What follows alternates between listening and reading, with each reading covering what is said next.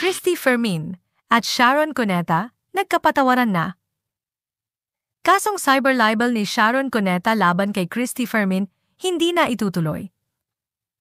Hindi na itutuloy ni Sharon Cuneta ang kasong cyber libel na isinampa niya laban kay Christy Fermin. Ito ay matapos humingi ng paumanhin at maglabas ng public apology si Christy Fermin sa kanyang vlog nito lamang nakaraang linggo. Ang pagpapakumbaba po ay hindi ibig sabihin na duwag tayo. Ako, aminado ako, nasaktan si Sharon sa mga binitiwan ko dito ang dahilan kung bakit nga siya nagsampa ng kaso. Matatandaan kasi na nagsampa ng kasong cyber libel sina Kiko Pangilinan at Sharon Cuneta laban kay Christy Fermin sa paninira daw nito sa kanilang mag-asawa at paninira nito kay Case Concepcion.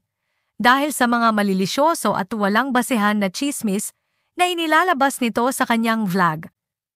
Umakyat sa korte ang kasong cyber libel na isinampa nila Sharon at Kiko laban kay Christy Fermin.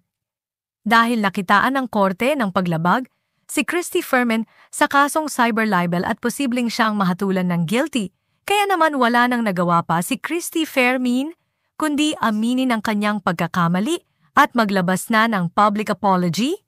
Shawi, hingi ako ng paumanhin kung nasaktan kita dun sa mga sinabi ko. If nasaktan man kita, heto ako ginagamot ko kung ano man yung sugat na ibinigay ko sa'yo. Na agad naman daw tinanggap nila Kiko at Sharon Cuneta. Masayang ibinahagi ni Ogie Diaz sa social media na nagkaharap daw ngayon araw sina Sharon kasama si Kiko at Christy Fermin. Sa korte, napagkasunduan daw nila Sharon at Kiko na iurong na ang kasong cyber libel na isinampa nila laban kay Christy Fermin matapos itong maglabas ng public apology sa YouTube nito lamang nakaraang linggo. Hindi na daw itutuloy nila Sharon Kiko ang kaso. Say pa ni Ogie Diaz sa caption, "Nakakatuwa, okay na sila ngayon."